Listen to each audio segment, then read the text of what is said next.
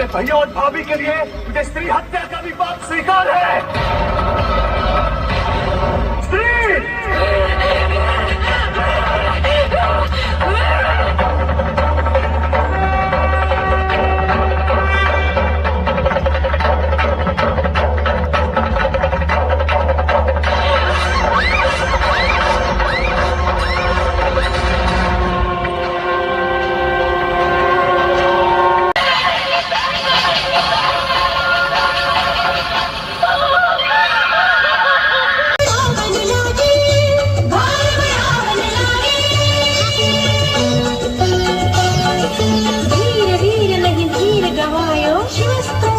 शिव ही सुनायो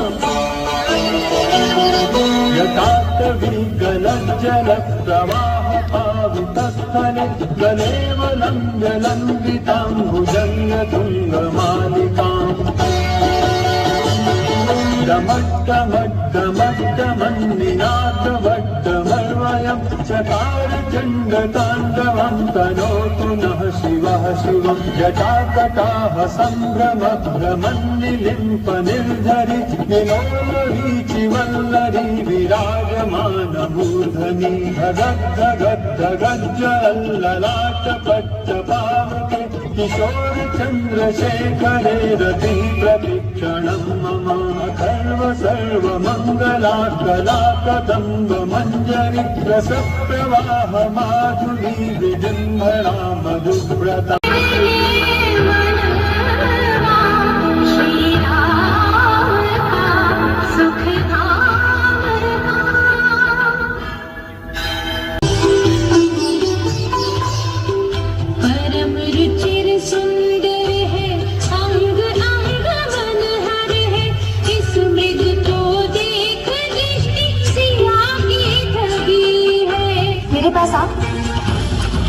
रुको रुको, इधर आओ मेरे पास, रुको। सीते, किसे पुकार रही है? मैंने से स्वयं देखा है। लक्ष्मण, क्या तुमने स्वयं देखा? अभी मैं तो बचान पर था। रघुनंदन, वो देखिए। स्वर्ण सीते, इसे मैं लेकर आता। लक्ष्मण, चाहे प्रलय क्यों ना आ जाए, किसी भी स्थिति में तुम सीते को अकेला नहीं छोड़ोगे लक्ष्मण। आप निश्चिंत रहें, यदि मृत्यु भी आ जाए तो उसे मुझे ले जाने के लिए आपके लौटने की प्रतीक्षा करनी होगी। प्रतिदिन ये मीठे मीठे भी आपके गीत सुनकर आते हैं। आइए प्रभु।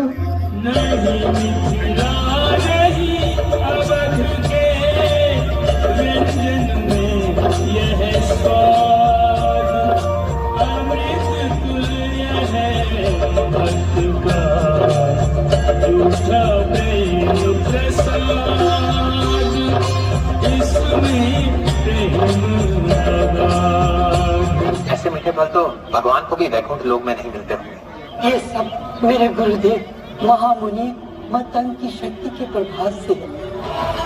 उन्होंने कहा था कि एक दिन प्रभु श्री राम अपनी भार्या की खोज में यहाँ आएंगे और तुम उन्हें महाबली सुग्रीव तक का मार्ग बताओगे। अब कृपा करके हमें ये बताएं कि हम सुग्रीव तक कैसे पहुँचे? यहाँ के दक्षिणी तट की ओर ऋषिमुख नाम की पर्वत शिखाएं दिखाई देंगी। बस उसी में महाबली सुग्रीव अपने मंत्रियों सहित रहते हैं, जिनमें हनुमान नाम का आपका एक चित भक्त भी है। अब हमें जाने की आज्ञा दीजिए माता। उससे पहले आपको अपनी भक्ति और भक्ति का ज्ञान मुझे देना होगा प्रभु। माता, मैंने अपने गुरुजनों से नवदा भक्ति की जो महिमा सुनी है उसे मैं आपको हृदय से सुनाता हूँ। भगत कहूँ तो पाही, सावधान सुन धर्म मन माही।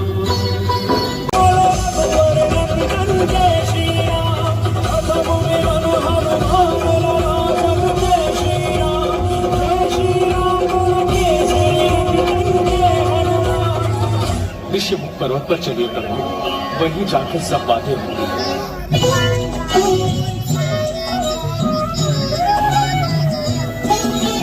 ऐसे भक्त कहाँ कहाँ जग में ऐसे भगवान कान्हे पर दो वीर बिठा कर चले वीर हनुमान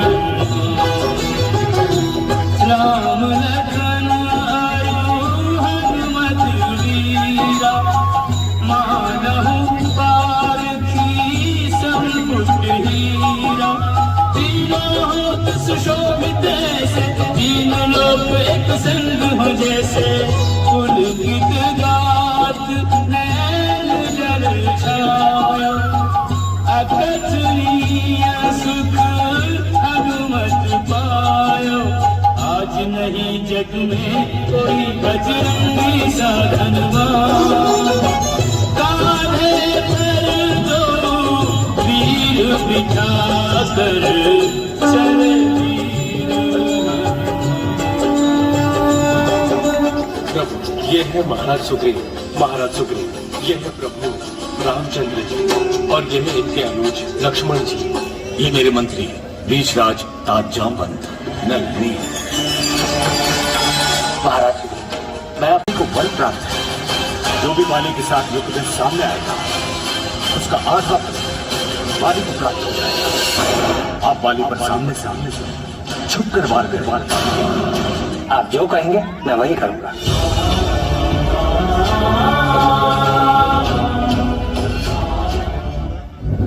ये जगत विख्यात होगा। श्री राम कथा का ये अध्याय जन साधारण को समस्त कष्टों से मुक्ति दिलाकर जीवन को सरल एवं सुंदर बना देगा। श्री राम का नाम तो वैसे भी कल्याणकारी मंत्र है। उनकी गाथा के साथ हनुमान का पराक्रम भी जुड़ जाए तो उसका प्रभाव समस्त विपदाओं और आपदाओं को समाप्त करने वाला होगा ही।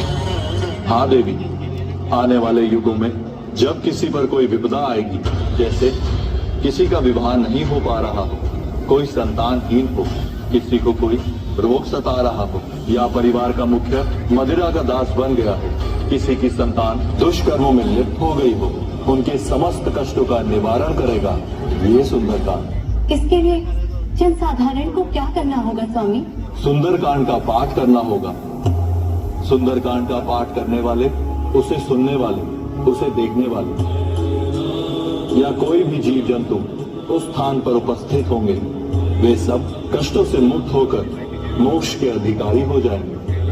यही नहीं, सुंदरकांड की पुस्तक के समक्ष 2 पुष्प चढ़ाकर शीश नवाने वाले भी मोक्ष के अधिकारी होंगे।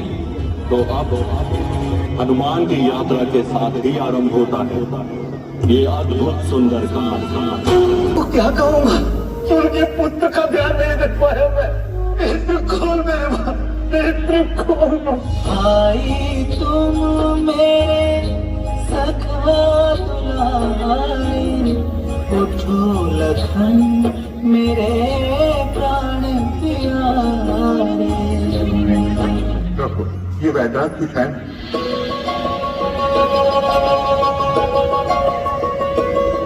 आपके छोटे भाई को सूर्योदय से पूर्व संजीवनी बूटी नहीं मिली तो इनकी मृत्यु निश्चित है। यहाँ सबसे समीप हिमालय पर्वत पर ये बूटी प्राप्त होगी, परंतु हिमालय तक जाकर वापस आना असंभव है। जानकीनाथ का कौन सा कार्य असंभव होता है वैद्यनाथ?